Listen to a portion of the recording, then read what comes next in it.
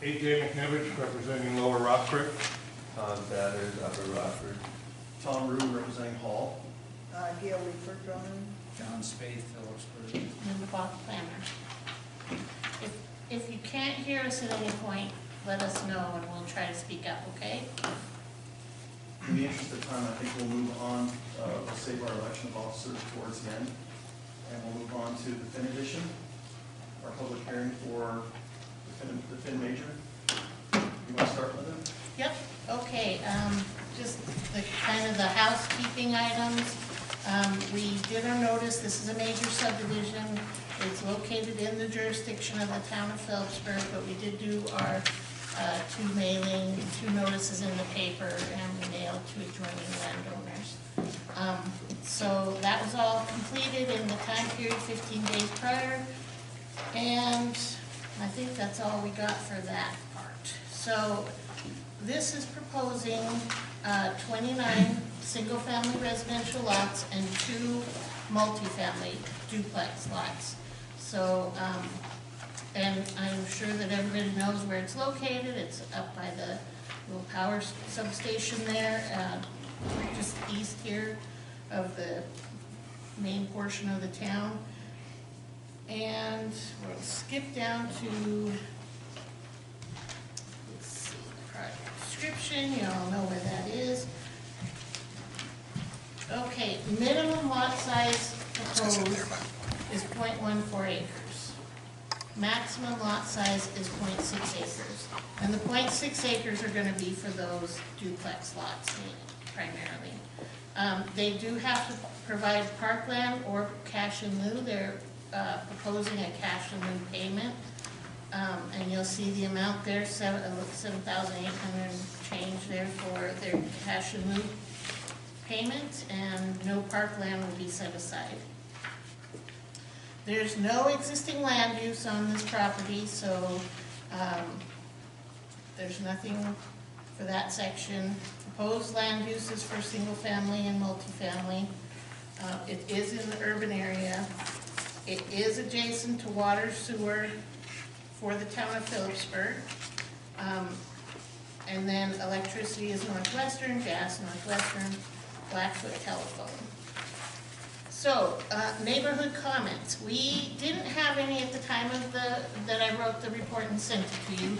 We have had one come in from the Mary Minchow trustee for the Finch Family Real Estate Trust, which is to the east of the property there. And they have a question here about the drainage and grading plan, which I will let the developer address when we get to that point. They have a request that the size of the outbuildings be limited from 800 to 300. That's a discussion you can have with them. And then they have one additional response regarding extending utilities. Now, the developer is extending utilities to all of the lots within the subdivision as required by the subdivision regulations. This is specifically a request to extend it to the adjoining property along that corridor between the multifamily lot and a single family lot. And that is not a requirement of our regulations, nor have we ever done that to require somebody to extend utilities to adjoining property owners. They have left an easement. I think that's sufficient. So that's all the neighborhood comments we've heard to this point, and you'll have your public hearing here in a minute. For conformance with growth policy, the growth policy encourages the location of subdivisions within or next to the town urban areas so that they can specifically hook to the water, sewer, fire hydrants. So with that in mind, I believe this is in line with the current growth policy for the town of Philipsburg. This should have no impacts on agriculture, no impacts to ag water. The next one is water and sewer within the town. And they are going to hook, that is the plan, they are going to hook up all of the lots to the town water and sewer system. They are well within the 300 feet that's required by the state law. And then the conditions that we're requiring for that are, they do need to get their MDEQ, their Department of Environmental Quality permit. So that's all done through the state. This board doesn't review the actual sanitation portion of this. They look at it, but all of the comments regarding sanitation are forwarded to the state, but the state does that review. So the developer has to extend the Philipsburg water and sewer lines throughout the subdivision. There's a section of the covenants that we're recommending going to the Town of Philipsburg section that has to do with turning over those and who will own those after the fact. And, hold on, get back there. Then the other two are just utility lines shown on the face of the plat and another one for the utilities. And I can go through those covenants that we're recommending go to the county, or to the town if you want. For schools, it shouldn't have a negative impact. If anything, this would have a positive impact, because obviously the schools have low enrollment. For parks, they are again offering a cash in lieu payment. I think that given the location of the town parks, the school playgrounds, all within easy walking distance of this, that is probably a better alternative than setting aside another piece of parkland within the town. We didn't hear anything from the police other than they wanted to make sure that the streets had signs up and stop signs and addresses. So that's all within the covenants. They are going to extend the hydrant system, and we didn't really have any comments from the fire department on that. The fire department has looked at it. We do always require the fire department to submit a letter upon final plat saying that it's all in and they're good to go with it and it's been tested and working. So that will all come at final plat, but it is going to connect to the hydrants. The refuse disposal will be through the transfer station here at Philipsburg, and I believe the covenants say that they don't have a contract hauled or private hauled. So that's not something that we're requiring the town to be part of, but it is in their covenants. Medical services, we didn't hear anything from. They usually just have the same concerns though as the police. Water quality. We have in here a little discussion about the 100-year storm event that happened in 2017 here at the town. And the developer, he can explain better to you why this isn't flowing through that property anymore, but according to their information submitted, there was no water on the property during that event. So there is a drainage that comes from the east through the property, but the stuff that's coming off of the south end, I don't believe is coming onto the property at this point. So stormwater, again, that will go through the state of Montana, and they will look at it, and they will have to make determinations. We will send up the comment we got regarding the concern about that second drainage coming in that is not scoped, or they feel taken care of from the Minchow family. There is a detention pond for this project, so some of the water will be drained off into an existing town storm outlet, and some of the water will go into this detention pond. So directly south of where that substation sits will be set aside for the detention pond. That's where it will end up being. And that's specifically to capture stormwater drainage. There is some steep slopes within the property. because we usually ask for those to be marked off as unbuildable, I have put that in the conditions. I don't know, the developer may or may not have concerns about that portion. Nothing on vegetation. There's a small area of white top on the property that has to be addressed, and they will have to do a weed management plan. I'm just not sure who is the authority. I'm still not sure who is the authority for that, but either from the town or from the county, we'll have to get a weed management plan. We didn't hear any comments on wildlife or wildlife habitat, but given where it is and that it's already somewhat built around the area, there shouldn't be too much activity other than the normal, what you already see. So utilities, again, will be extended. They do have that easement in place for the adjoining property owner to later put theirs in if they wanted to. I didn't really have anything on natural hazards. And then road and access, the property is accessed off of South Montgomery Street. And there's 2 access points from South Montgomery Street for the subdivision, so that it kind of has a little interior loop to it, which is required by the regulations. All of the streets within the subdivision are going to be paved. They will have a 31-foot driving surface, so that's well within the regulations.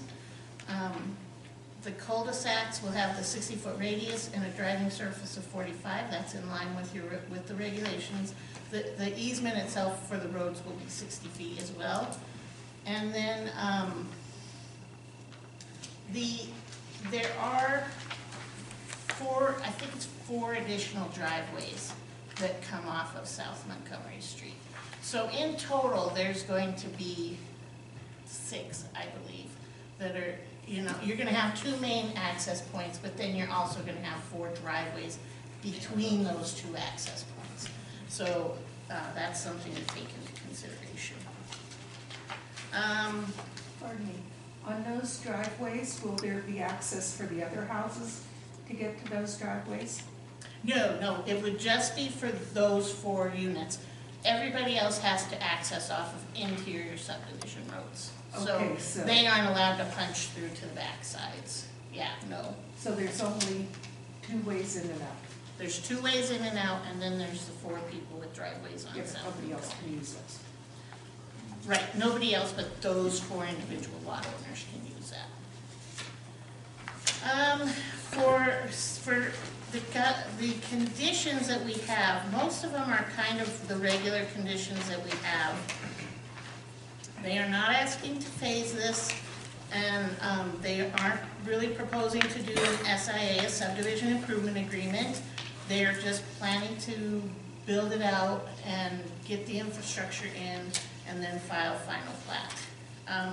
We do have a condition in here that notes that none of the lots are allowed to split further, except for the 2 that are multifamily lots. Because they're being developed as multifamily lots, they could end up splitting for townhouses. So but they will never have more than 2 structures per lot, per those multifamily lots. And then there are some covenants again that we're looking to put under the Town of Philipsburg section. So essentially with covenants, the town doesn't want to be party to everything. They don't want to dictate what color the houses are painted and all that good stuff. But they do have some things in here that they will be party to, and those will be set aside in a section that will be designated as Town of Philipsburg enforced or required covenants. And I certainly can go through those if you guys didn't have the time to look them up or see what they were. The rest of the covenants just have to do with, they have to put the fire hydrants in, they have to put the water in, they have to put the sewer in, they have to pave the roads. So essentially, they have to put street signs in, they have to put the stop signs in. So they're pretty much just saying, you have to do what you're saying you're going to do. And with that, I will let you kind of, let the developer answer any questions, and then you can open it to the public for comments. Do we open our public hearing prior to developer comments? I would wait and then open it. All right. Yeah, at this time, if the developer would like to make a statement. Yeah, my name is Cody Swartz. I'm with Voight Engineering. I'm the engineer on the project. I'm one of the surveying firm as well. Linda kind of gave you a brief rundown of everything, pretty good on the plans. 29 single-family lots, 2 multifamily lots. The only thing that really jumped out at me, I'm not sure that the multifamily, the intention is to be only duplex.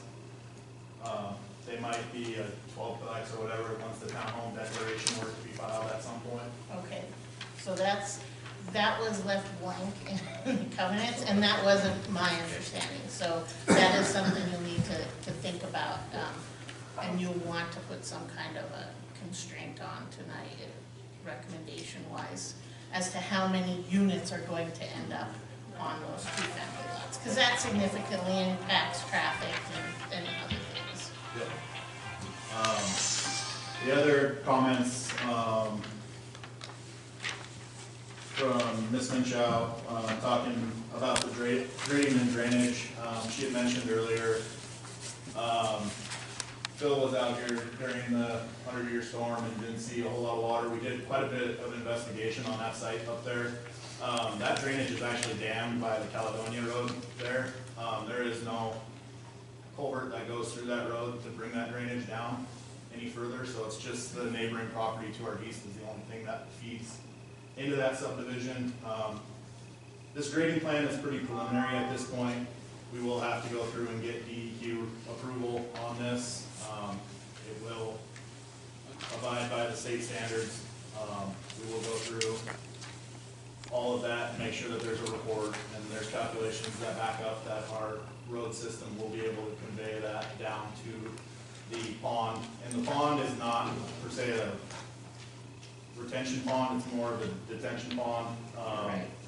It is designed to fill up and then discharge out to that existing 36-inch culvert that goes underneath South Montgomery and then has a drainage ditch that flows westerly and then heads south and kind of makes its way back down towards the highway. Is that for silt? Yeah, it'll allow sedimentation to get out of the water, the storm drainage, anything that's on the roads. What are your intentions with all the maintenance there? If you could, we're gonna open up to the public, if you just, hold on, please.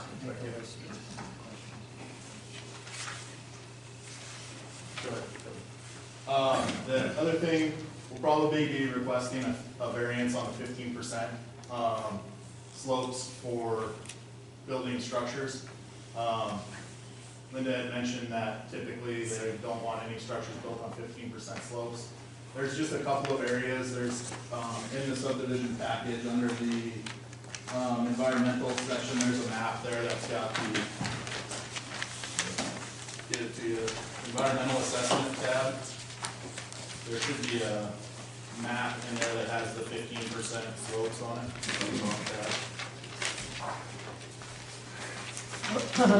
So it's the environmental assessment tab. There's a shaded hatch on it, kind of a cross hatching of the areas exceeding 15% slope. The plan is to gradually ease those slopes out so that they won't be 15% once the final construction is done.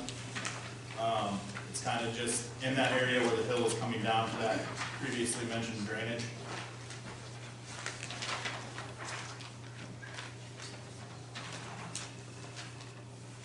And then also on the north border there, there's also that strip of land that's over the 15% slope. The thought process on those houses would be that maybe they would drive under garages with the house up top, using the house as a retaining wall in those areas to again limit those slopes on the proposed finished grade surface. Anything So the, extending utilities, I think Linda mentioned that we had proposed to put a easement there in case the neighboring property ever wanted to extend those utilities through that area. We are giving them the avenue to do that. Isn't that between lots 4 and 5, Scott, or is Cody?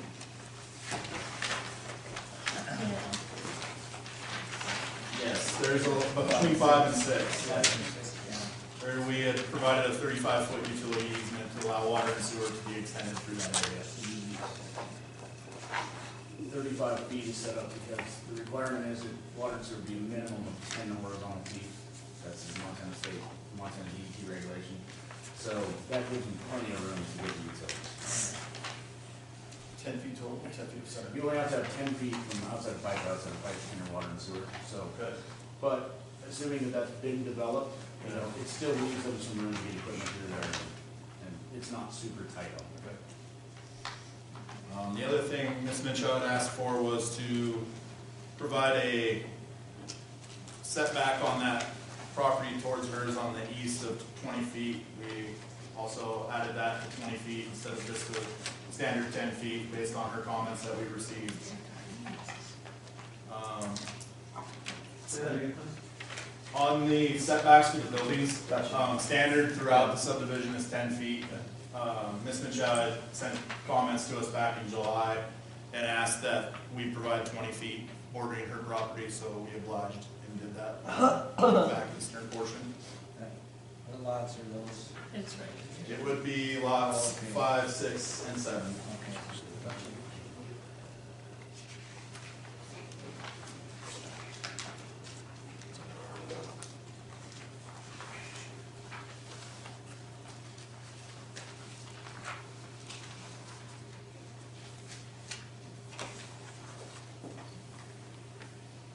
Cody, any other comments or concerns about Linda's recommendations for conditions of approval? No, I think I mentioned my only comments was on that multifamily. It wasn't intended to be just a duplex. I don't know if it got left out and wasn't more clarified on our part. And I think that was basically the only comments I had, unless these are some of the developers, if they have anything to say.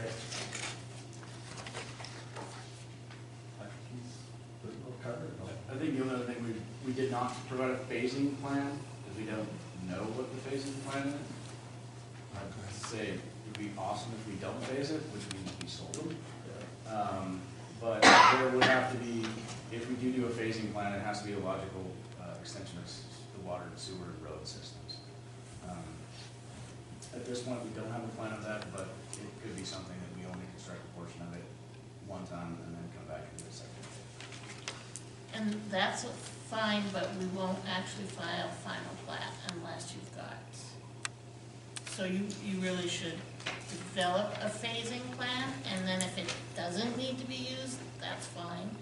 But if it does need to be used, it's in place, To avoid the bond situation. right? Yeah. We will draft up a phasing plan and get that to you. Hopefully it doesn't have to be used, but if it does, we'll kind of outline what our thought process would be behind that.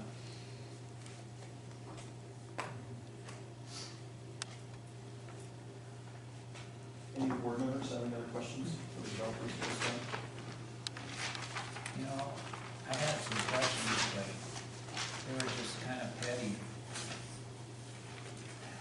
When I was reading through this, I thought, well, it doesn't have the culvert sizes or what the material. Not that it's a big deal and not that it's a yes or no thing, but just something that, you know, somebody might want to put in a 6-inch water pipe for their culvert under their driveway, and you might want to see all the same. And that was just, It should be in the construction plans. If not, it was an oversight. I believe they were 12-inch pipes at every driveway. maybe I missed it, but there was a lot of reading, but Yeah. anyways. Yeah, I think they were 12-inch.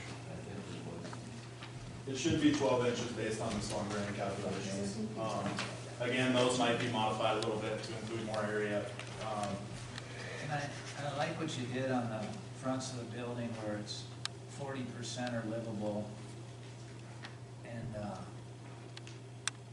think think that's a nice deal. But who, I mean, who inspects that? I mean, so somebody goes to build a house and it's like, they got their garage covering the whole front of the house or something. I mean, do you review the plans, or is the town gonna be up to them? It was kind of an enforcement deal, and I know you have kind of a deal in there where, you know, the neighbors can tell on the neighbors, but when you got your, you know, who's inspecting it before they go in? Because somebody puts a foundation and all of a sudden it's framed in the front of the garages. Just some of the enforcements on like the drainage plan, you know, if lots, who's gonna make sure all the drainage plans in the front, you know, the houses are how you want them? I mean, I think it's great you put it in the covenants. I mean, I like it, but that's just the enforcement thing that I was questioning. Linda, wasn't that your question about asking the town to adopt those conditions? Yeah, the town will adopt, some of them. I don't know the. As far as design, home design, is that right? Yeah, we won't do home design, all of that. That's would be on their portion. So they would have to enforce it themselves, the lot owners. And then I think in here, I think it says that, that the declarant, shall continue until said right in written notice to the other owners or until such time as, 5 or fewer lots within the plat. I'm assuming that means are sold, so you guys will have some say until 5 or fewer of the lots are left. So they will have some say, quite a ways into it. Usually it'd be 50% there, so that's a lot further than normal. A couple things that I wanted to mention and ask about, from the neighbor talking about 300 foot. I think an 800 foot is more than adequate for, especially if you're gonna be putting a boat in there or a trailer or anything else. 300 foot enclosure is just not enough to, you know, be able to put all the equipment that might go with a boat, you know, ski boat or a fishing boat or snowmobiles or whatever it might be. So I don't think that the 300 would probably work. At least for me, it would. I'd probably stick to the 800, which is what I think you guys proposed. And I do like the idea of everything being hard surface, either asphalt or concrete, and that makes for a cleaner area and a lot less problems with mud and dirty water and everything else that goes with it.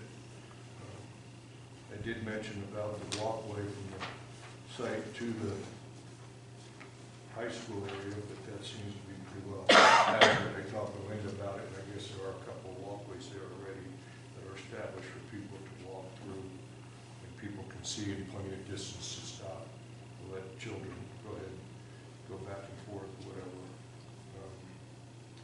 The only other thing that I had was I mentioned about the lots. I think you supplying the adequate access point was good too for her if she does need to go ahead and put some power in there. I think that's further than acceptable. Like I said, there hasn't been done in the past anywhere else. It's not required by any subdivision rules. And I think it's just a common courtesy that they have to provide access for them to have that right to you to go ahead and do that if they need to. I do definitely want to stress that you should come up with a plan so that you get areas done first with the roadways, the sewers, the electric, the propane, all those things are done in phases so that there's no problems where all of a sudden you got to come along and say, oh, wait a minute, we got to dig up the asphalt again and we've got to, you know, continue from here. We know that we're going to this point. We're not going to put any more asphalt down until we get to that next section, or the utilities, or whatever else it might be. I think that's a really valuable point to have as part of your plan. Beyond that, I don't see anything else that was, everything sounded good about these structures. The roofing material, are you gonna allow metal or shingles, or are you gonna specify?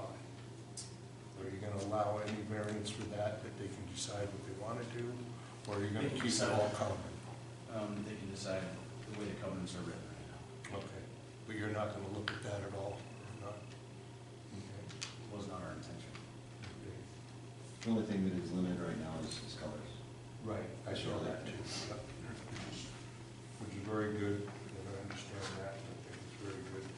You're doing that too, fencing and all that is good. I think, what would you say, 5-foot height was the maximum, correct?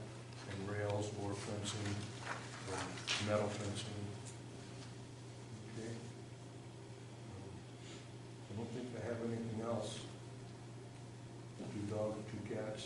I did ask about the restrictions, if any, as far as people buying property, building a house, and turning it into a rental facility.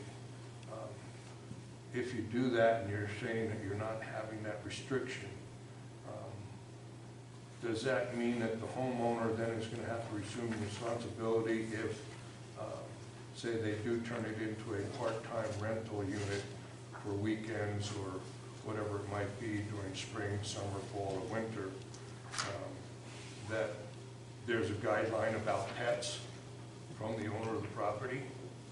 Because a lot of people like to travel with their pets, and you already have a covenant in there about only 2 pets, whether dogs or cats. So that, I think, should be something that should be addressed, that if people are gonna do this, that they know that going in beforehand, and that when the renter comes there, they have to have that pre-notice that these are the restrictions. You gotta have a fenced-in place then for that animal to go ahead and do his duties and not be out on the road or across somebody else's neighbor doing that. And I think that's probably one thing that I don't know if the town has to step up for that, or you're not gonna have a owners association, so therefore there's gotta be something that's gotta be set, because I could see a lot of people probably speculating to go ahead and, let's put up a 1,200 square foot place, and, there's snowmobiling, there's skiing, there's fishing in the summer, there's, activities all the season long here, and it's gonna develop. Are you guys looking to do short-term rentals on them, or allow short-term rentals? We're not restricting it. Okay. You are or you are You're not? not. You're not. I thought I read you are. Right.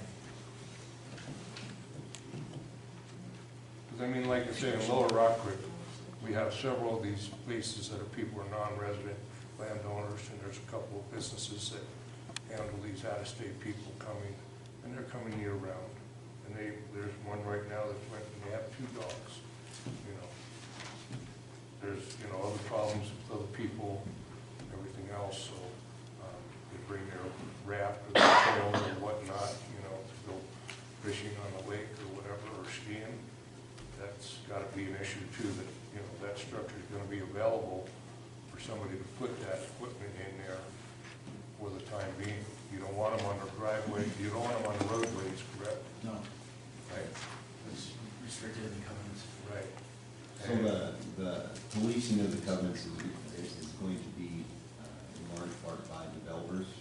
Okay. Until we reach that point of sales, that it converts to owners solely. At that point, it is going to be up to the covenants that the city had adopted, and the remaining covenants would have to be policed by the neighbors. But, yeah, those covenants apply to that property regardless of the easement. So, once that sales point happens to where the developers step out of the covenant, policing, if you will, then it will be up to all the neighbors to police their own covenants. But,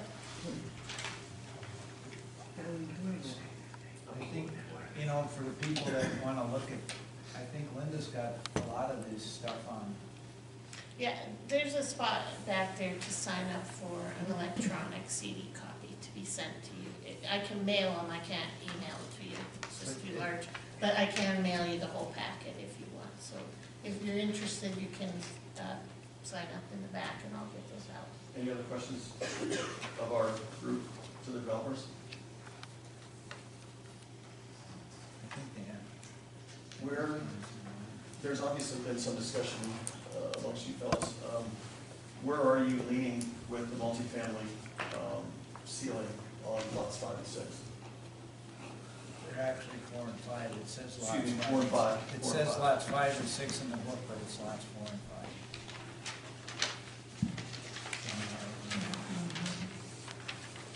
As far as density is concerned. Do you guys have an opinion on that yet, or? On, The density, you're talking about multifamily on 4 and 5? 4 and 5 are the ones excluded from the covenants for the purposes of multifamily, correct? Yeah. that'd be plenty. And I know you addressed the issue saying that if they did split it, it would still be considered just one lot as far as covenants and restrictions and allowances. But like I say, my concern is splitting it and then, you know, where do these two structures go? And how big are they going to be? Yeah, density, access, parking, all of that. I mean, you know, how many more people, how many more families are we talking about? How many more units? I mean, you must have had some discussion about that. Not enough. At what point would you be ready to share some of that? I don't know if we can come up with a good answer for you tonight. So it's probably something I'll come back to you with. I mean, it has to work, you gotta go by parking and the land Sure. driving and. Yeah. Well, I'm looking at those two lots, and you're talking about an acre there, you're talking about 45,000 square feet, so what is logical? I mean, you've got most everybody living in there now on 7,500 square feet. We're talking 4, we're talking 40, somewhere in between. I think we're probably 4 and 6. And the plan, the general. 4 and 6 per. Yeah, the general idea was to try to do like a townhouse thing where you have a series of townhouses. Sure. You know, one of the things we want to be able to do is hit certain price points. And you start doing these townhouses where you can do not necessarily 2, but maybe 3 or 4 in a row, you can potentially bring the cost of that housing down by doing it that way. And that was kind of the plan we had in our head, but we had not totally developed that yet. Honestly, we wanted to see what other questions and comments and concerns there were before we spent a whole bunch of time on them. And maybe see where your market is a little bit. We're gonna be wrong probably, but Sometimes you're right. exactly. So, we can come up with a plan and come back, but I think it's between 4 and 6 units per lot would be about the reason for that. 4 or 6 units per lot. Per lot. Per lot. Lot 4 and lot 5. Correct. Not so you wouldn't split units. 8, 12. Somewhere in there. 12 between the two, at the most. At the most. Well, I think that it's, you know, as the town grows, there's gonna have to be a little affordable housing too, and I think that would be more affordable. That was one of the reasons that we thought of this. And a lot of the bigger towns are requiring some of that within, you know, to further low, I wouldn't say low, affordable housing, I think is the word we use. Any other questions from the developers? At this time? Yep, you can open it, I'm just gonna grab different pens. Okay.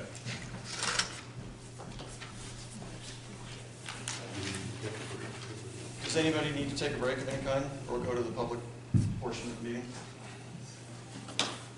Okay. We're gonna open up the public portion of this meeting right now. We're gonna seek comments from the public.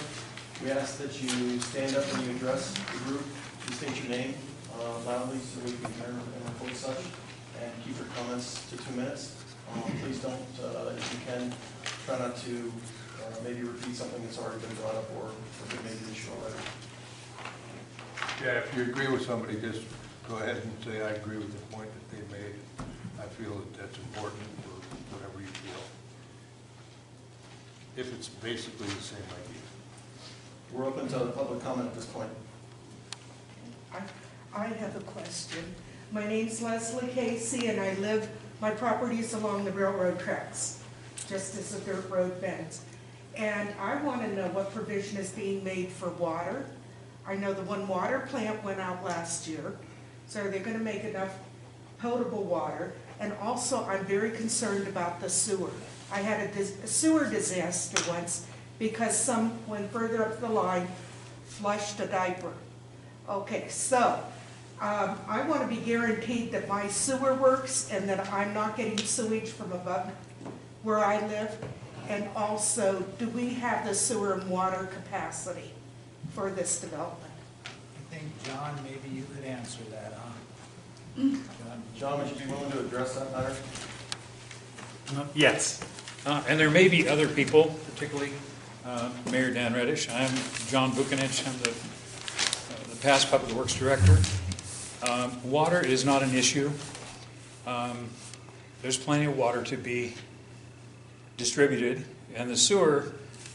We had an expert that was here last July 22nd from H&S Environmental. You can write that down. You can look him up. He's one of the best, if not the best, in the country on lagoons. And I directly asked him that specific question about a 30-lot subdivision, and he said it would be no problem. What was his name? Steve Harris. And again, I know at the town hall, via the mayor, there's quite a document that's available. And maybe the mayor can impart a little bit more information to you about that. Was your question also about the sewer main as well up there? Was that your question? What the Well, I sewer know main there are up there? problems with the sewer, and I'd like to be reassured that our sewer can take, 37, 27. A family would be 4, that's over 100 new people using the water in the sewer. And also I'm down from that, so I want to make sure I'm not getting my sewer clogged all the time from the people above. Well, I think that's an engineering question. I would like not to comment at this time. We're here sort of in an observation role, and I think we'll address this with the town. I have a couple of comments on the water and sewer. Everything will be designed to DEQ standards. The main thing on our sewer is we did quite a bit of research on your guys' sewer system and did measure down on a bunch of manholes. We opened them up. We tried to field verify all the elevations and inverts, and we went above us, we went below us, we went out past the school, trying to chase down what John and myself would think the best route to tie our sewage into would be without impacting people negatively. We also are providing 8-inch sewer mains throughout the entire subdivision. Everything else in this town is 6 or 4-inch. So hopefully what we can do with those 8 inches is put them at a lower slope and slow that sewage down so it's not all hitting at one time in the morning and stuff like that to try and alleviate some of that stresses on the existing sewer system. Everything below us though is 6-inch line and bumps up to 8 inches. It gets down below us even further, and it is all at pretty good slopes, up to 5% slopes in the sewer line. It's not going to have any problem handling the additional 30 lots, what we are tying into. Water-wise, we assisted in the redesign of some of the water line on South Montgomery Street to extend that from the existing pipe and expand it to a 6-inch pipe. And then we will also be tying in off of that, and we're going to be avoiding anything to the south of us, as that line has been kind of tagged as a high pressure line that we do not want to tap into.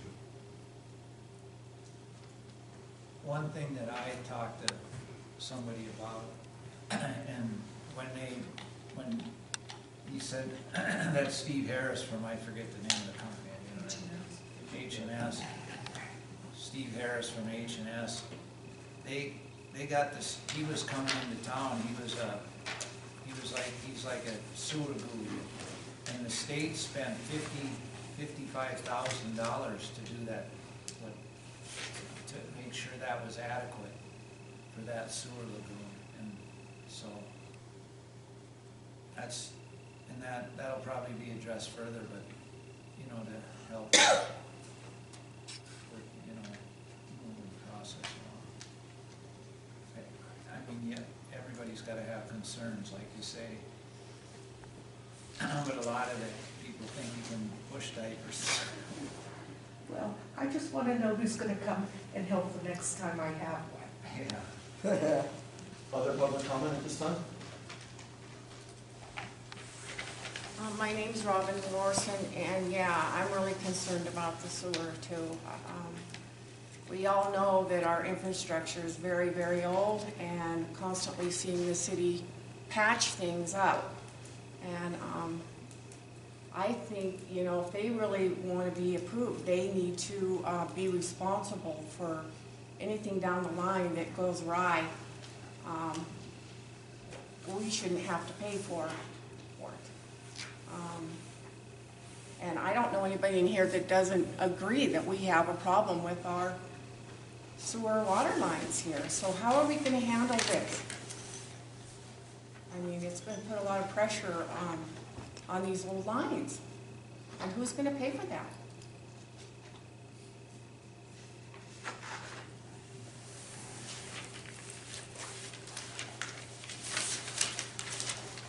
Any other public comment at this time? Well, talking about the water lines, Elaine Ross lives down the hill from there. She had a terrible time. She had a water main break, and it took them quite a long time to fix it. So the extra pressure on the water mains, are we going to have broken pipes?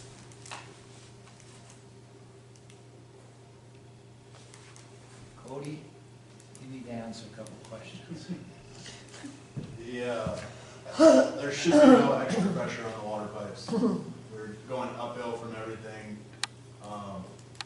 that's in that area, so it'll be less pressure than what is down below us. And I'm down below you. So we should help alleviate some of your pressure if you are below us, because we will be taking some of that water. And the pipes that you checked going down and past the school, Sewer pipes, that we Yes. checked? Yes. are they PVC, are they some of each, or? A little bit of everything, it looks like, some 6-inch, and then it expands to 8-inch after, right next to the school, I believe, is where it expanded to 8-inch PVC pipe, which is fairly standard. So it's all PVC pipe? No, not all of them. Below the school. Below the It looks school. like it's all. So I'm concerned you're saying that you will alleviate the water pressure. So does that mean we'll be like the rest of the town that has no water pressure? Well, one of the things that I would assume, if these lots are sold and people build, the tax revenue is gonna be there for the city or the town to start going ahead and taking major sections of the water system and the sewer system and upgrading them. I mean, that's something that you people of the town should say, hey, if we're gonna do this, we should appropriate monies to go immediately to this project or that project and tear up whatever needs to be done and bring it up to scale. It said in here, I can't remember what the amount of taxes they collect now. It was minimal. But they Not very said- much. But they said when the project's completed, they were speculating $60,000 in tax money from that, so, A year? a year. For one bond or all of them? Yeah. It'd be nice for. So that means mine goes up too, right? I don't know. The Yeah. value probably Yeah. does. Sanitation and water are going to have to be brought to the city. Absolutely. That's going to be a sticking point with the city. Yeah, so as part of the design, as Linda mentioned, we have to go through and get approval from DEQ for any water and sewer extension. They'll come in and review it and verify that everything we're designing is not going to affect this system. What you're proposing is compliant with the existing city standards. Correct. Yeah. Correct.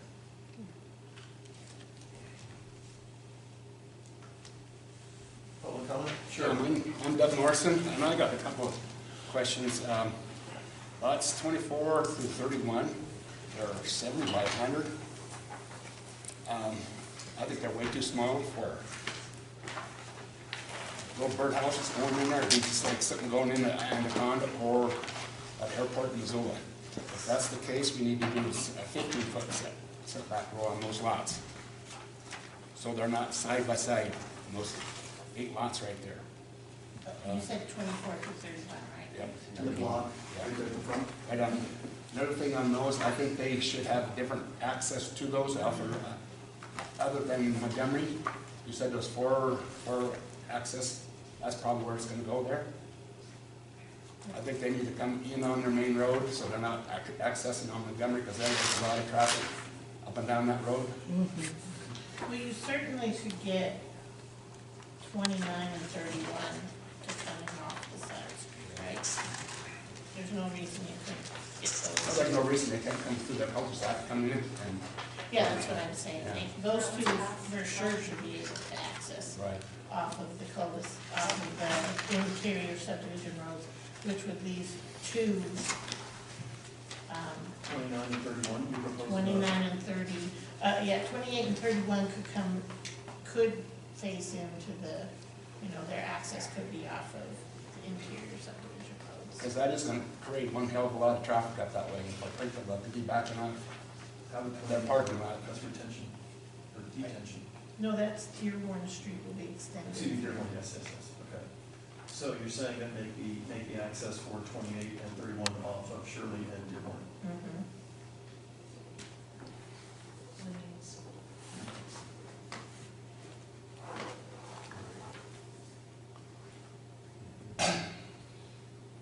You got other issues? Doug? Yeah, I do. Speaking of Montgomery, paving that, because it's gonna be a lot more traffic up there. I think they should be required to pay from Montgomery clear to Roslyn Edition, because that's dirt road.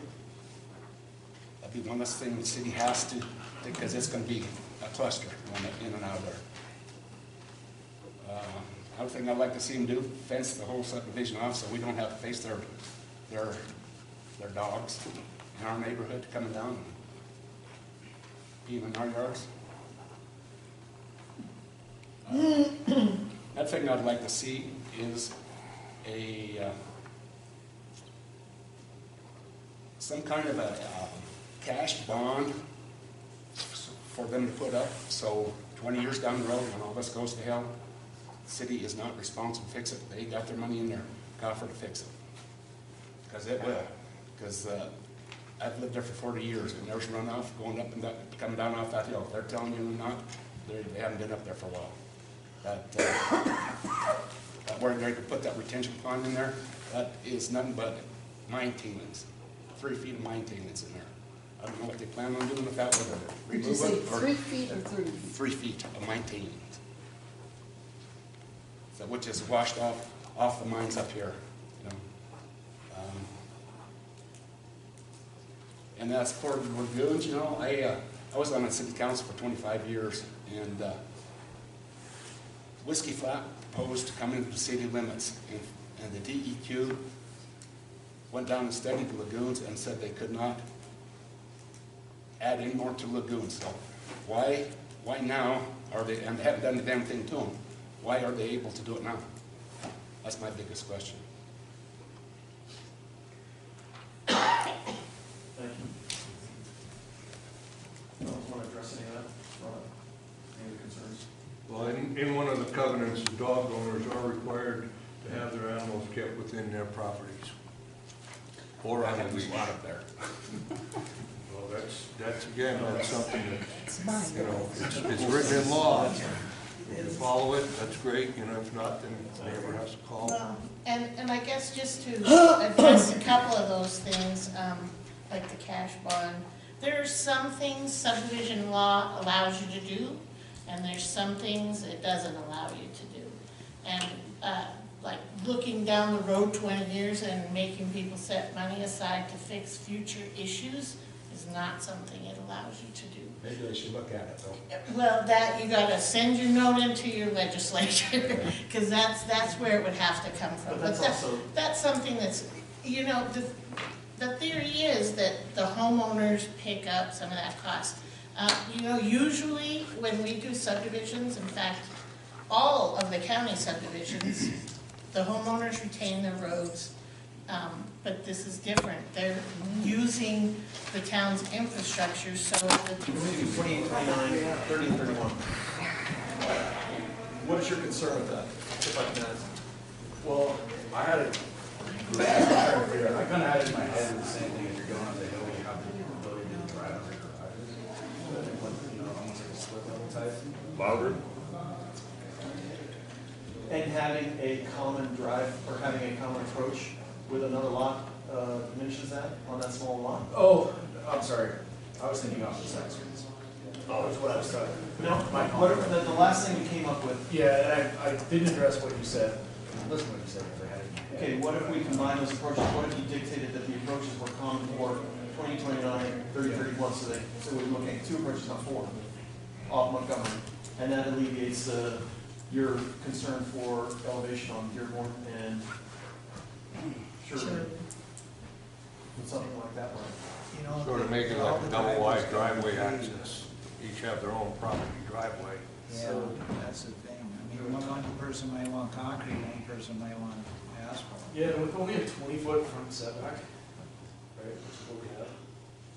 By the time, and we've got 10 foot either side, so you got 20, it's gonna, 20 feet is kind of hard to make up going sideways. Then you got a parking lot in your front driveway. You know, you got a driveway coming, houses here, and then you got they're coming together, so you got a.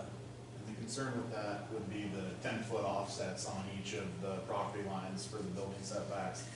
You know, that garage isn't gonna be able to be built close enough together, they're gonna be a minimum of 20 feet apart. So like Spencer was saying, you're coming in and then you're gonna have to turn and try and get back to where the garage would be on that house. Which I guess I'm failing to understand, because you've got to be 10 feet off anyhow for your structure. Right, and that's what I'm saying, but if you try to do a common driveway on the lot line, you gotta go so far over into your garage, and you're looking at 20 horizontal feet to make that radius. What are the distances, what are the footages, I just can't see this, but what are the footages across the front of? Well, can I ask a quick question while we're looking at this? What about if we access lot 28 off of Dearborn only? Then we're down to 3 lots accessed off of Montgomery.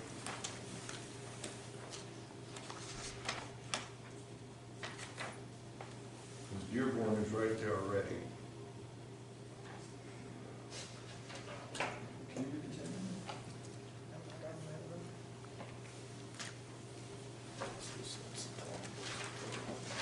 Which one are you looking at? Lot 28, it's come off of Dearborn. These up here. What are these, those L's? They're L- approximately 75-foot wide. 177. It's approximately 75 foot across the front? Have you guys, have you done any impact study, or not impact study, but have you looked at how many people go up and down that road? Have you done any count? Yes, it's in here. Okay. There's a transportation report, I can kind of outline it for you guys real quick. It was based on ITE trip generation, so just basically national standards on what they expect the houses to generate. Usually a fairly conservative estimate. They typically say that it's 8 vehicle trips per day, so going to and from your house 4 different times throughout the day.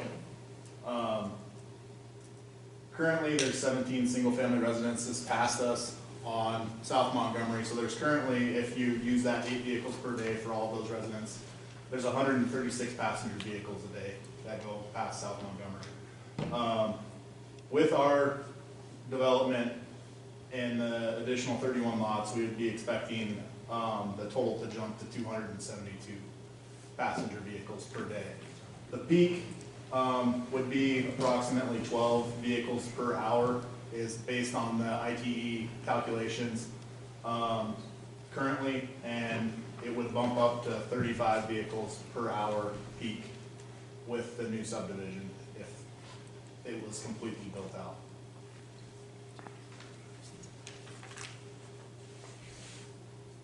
Going back to the approach, you guys have any ideas, solutions for maybe minimizing the number of approaches that are coming between Dearborn and Sherwood?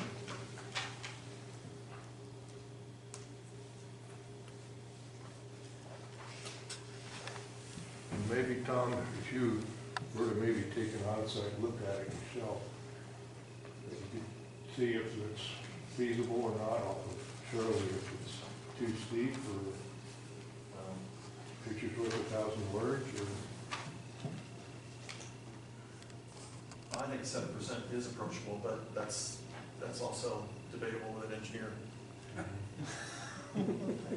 No offense, I didn't mean to look in with attorneys, but. The other issue that it does raise is one of the facets of those lots are to have a daylight type basement because of the slope, and if you came in on the side, you'd be eliminating that possibility for that. Because that, you know, obviously the daylight basement have to be out towards Montgomery. Yeah. So it would restrict the usability of those lots a little bit and really restrict them to not being able to have that, which would be an amenable option in those, with the topography of those lots. Well, that's the problem, we're starting at 6,300 feet, 6,500 feet of 7,400 feet. Not a lot of room to move around as it is. Yeah. Any thoughts from the board? I just don't think it's that big an impact, 200 driveways. I mean, you're gonna have the same amount of, excuse me, I usually talk loud, but anyways, you don't have you're still gonna have the same amount of vehicles, just not coming off of Montgomery, but, I mean, if you drive through Anaconda, there's houses up all along the road, not that we wanna look like Anaconda, but. And I will just say for reference, and I think it's important, the lots in Anaconda are 3,000 square foot lots. These are 6,000, so they're twice as big as what everybody thinks they're going to be. And it isn't as a major thoroughfare. Right. And I think it's wide enough that at some point down the road, if it developed further past, there could always be a turn lane put in, because you got a 60-foot right of way. I mean, if it goes to be a problem, it would be like they did at the same time to put something down the middle. And I'm not saying that's necessary at all, how would it be something that we could look forward to 20 years down the road. That's the problem. Any other comment by the board? Any other discussion? I would propose a motion. I make a motion that we approve the Fin Edition with the conditions as Linda has outlined. And we place limitations on lot 4 and 5 to be 4 family units, whether they elect to do them in 2 structures or 1. Let's have Linda read the conditions. All All of them? Oh, never mind. Guess that answers that. That was your homework, John. I think you did, and also the phases that we try to. Yeah, That's up to the developer. Yeah, that has, if you're gonna do that, that does need to come in prior to. But I don't think that's a condition that we set on it. That's something Yeah. that those guys have to put their head around Right. as they go before the. It's a Exactly. recommendation to Yeah. them, Yep. but Yep. it's not. Yep. Yeah, sure, question. The only other thing that we would like to see is also variance on the 15%. And So we need to make, that's, that's you something we know, need to talk about. yeah, you'll have to discuss that. Are those on back lots? Then back lots and like Could you repeat that? I didn't hear him clearly what he asked for. I couldn't hear you. There's What was a, it? there's a request for variance. Variance on the 15%. There's a 15% grade on. Where was that? Okay. Some of the back It's, lots. The north the lots last there, okay. And condition. the, I just turned 15, I didn't have engineers and going into, or to come into the. And I don't know, I mean, you can increase it to 20, 25. Wall, Well, a wall. here's So that's you gonna know, It's under reduce there. that. Yeah, I've been in construction all my life. You can build on anything. I mean, you can just dig into the hill and do a tuck under. And that's our. And given that these don't have sewer systems, And which would be It's nice, not as- and what Well, would be Steve, nice very- with that, what'll be nice with that is that you dig into that hill, and then you got a 15% grade, you only got a few feet sticking above, for their height, so you don't get that elevation for the people above them. To the north of us. Sorry, to be clear, what is the formal request for variance? they have not. There's just a condition that, This- about the 15%. I think really what they're asking for is for that just to be removed. That's kind of my understanding. Just to remove 29? Just to remove Make 20. that as part of the motion, Tom. And again, usually we have that in there because we see septic systems for our lots, and, That's been the line.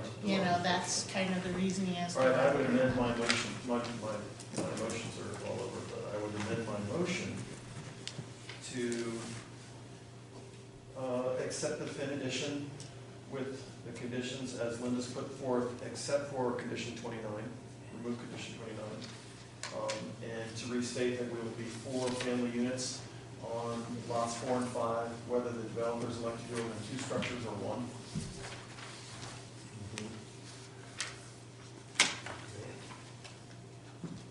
Do I have a second?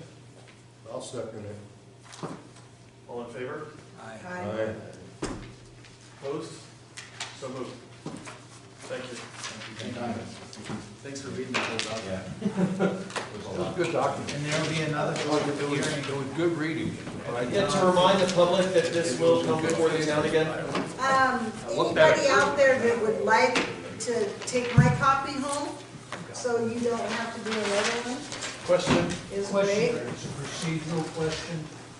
Couple of parts. When will the minutes be sent out to the town regarding what you just said in recommendations? It is, the decision will be the town's decision, I guess, if it's on town property. But one concern is how quickly, and this is for the engineers, do you expect a response from DEQ in regard to what the state requires and what you will propose to give it? How many weeks? I mean, we're talking less than 4 weeks for the town to make a decision. Right. So And more essentially, information.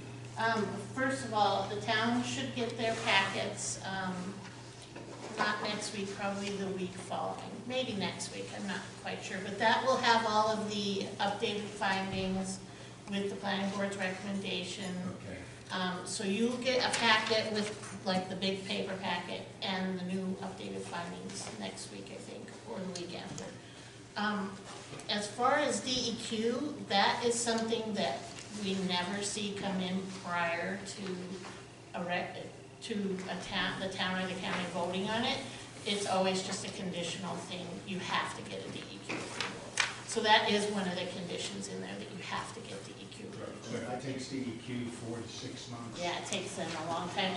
And as part of the subdivision process, we have so many, we being the planning board and the town council this time, have so many working days to get this done and make a decision on it. So, and I think the working days is like, the 3rd Wednesday, I think, is in February is when it'll be over. You actually have 2 town council meetings. Excuse me, our second meeting will occur 2 days before the deadline.